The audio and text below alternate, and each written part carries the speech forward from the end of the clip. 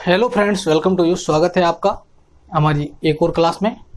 हमारे जो संविधान की सीरीज चल रही थी उसमें हमने अनुच्छेद 104 तक कर लिया था और अनुच्छेद 104 में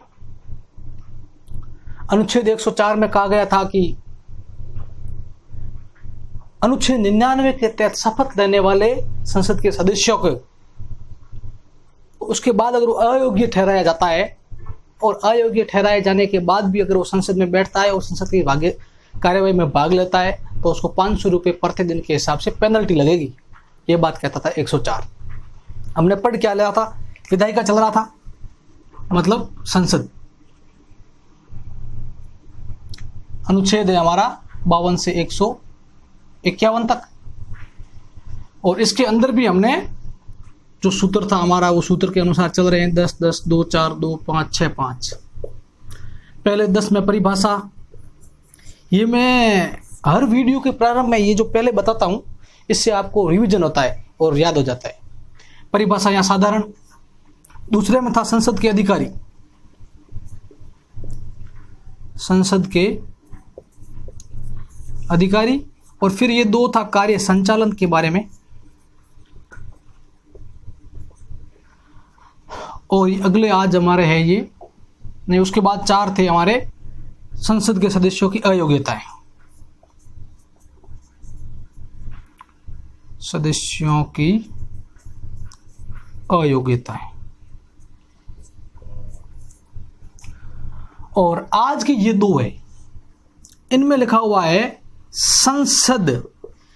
देखिए इनमें अगर ये मेन ये अध्याय है, ये अध्याय समझ लोगे तो भी बड़ी बात है। इसमें लिखा हुआ है संसद और संसद के सदस्यों के विशेषाधिकार, शक्तियां और उन्मुक्तियां। शब्द उन्मुक्तियां, ये क्या होता है समझिए। संसद मतलब संसद, लोकसभा और राज्यसभा। संसद और संसद में बैठने वाले लोग यानी कि संसद के सदस्य। संसद और संसद के सदस्यों के विशेषाधिकार। कौन से वो विशेष अधिकार है जो केवल उन्हें मिले हुए हैं? तो संसद और संसद के सदस्यों के विशेषाधिकार, शक्तियां, कौन से पावर है उनके पास, और उन्मुक्तियां। अब देखिए मैं जो कहता हूं कि साधारण भाषा में कैसे समझाऊं। साधारण भाषा का यही मतलब है। अगर उन्मुक्तियां शब्द आएगा तो इसका अर्थ क्या होता है उन्मुक्तियों का?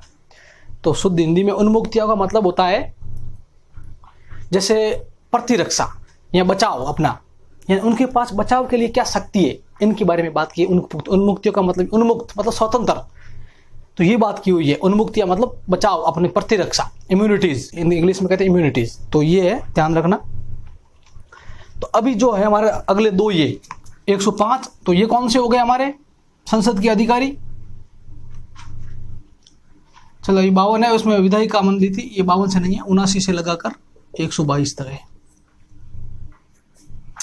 52 से 151 कार्यपालिका भी साथ में।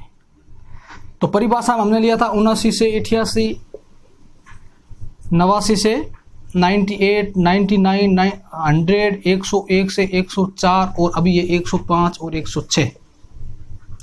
ये 105 और 106 ये पढ़ने आज हमें। फिर आता है अगले 5 जिसमें हम पढ़ेंगे 106 से आगे विधायी प्रक्रिया। ठीक है। तो देखिए अनुच्छेद 105। अनुच्छेद 105 संसद के सदस्यों के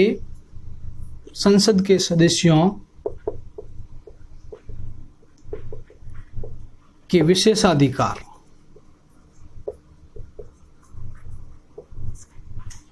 शक्तियां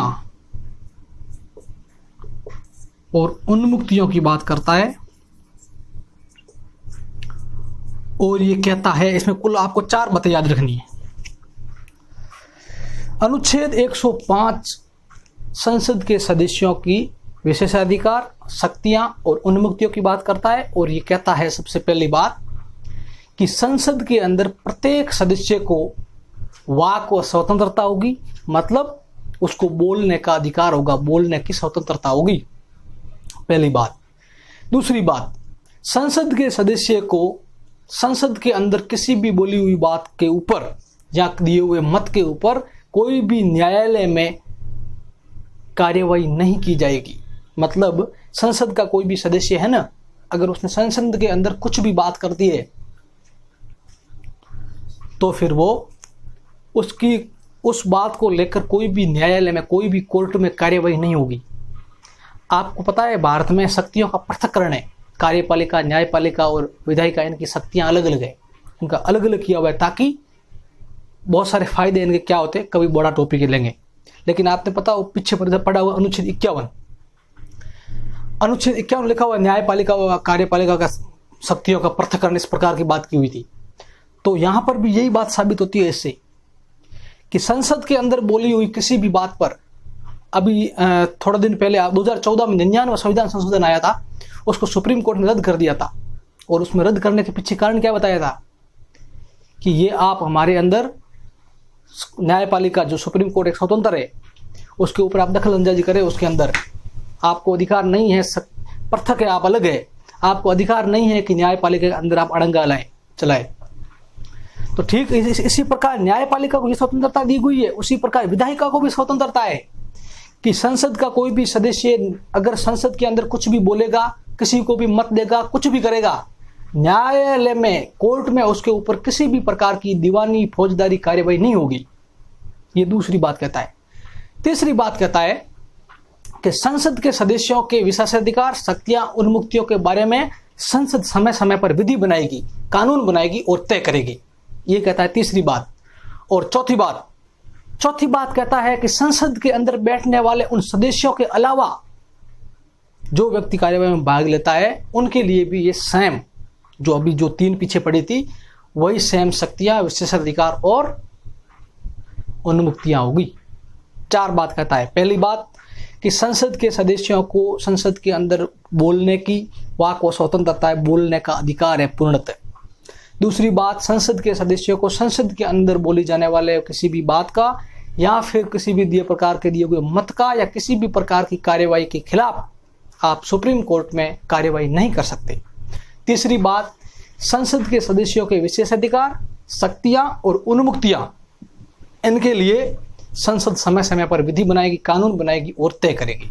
और चौथी बात, संसद के सदस्यों के अलावा जिन व्यक्तियों को संसद में बैठने का अधिकार है, कार्यवाही में भाग लेने का अधिकार है, उनके लिए भी वही शक्तियां, वही विशेषाधिकार, वही उन्मुक्तियां होगी जो ये सभी संसद के सदस्यों की है।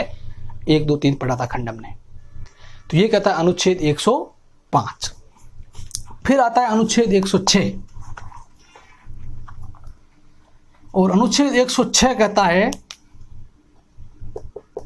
संसद के सदस्यों के वेतन व भत्ते, के सदस्यों के वेतन व भत्ते।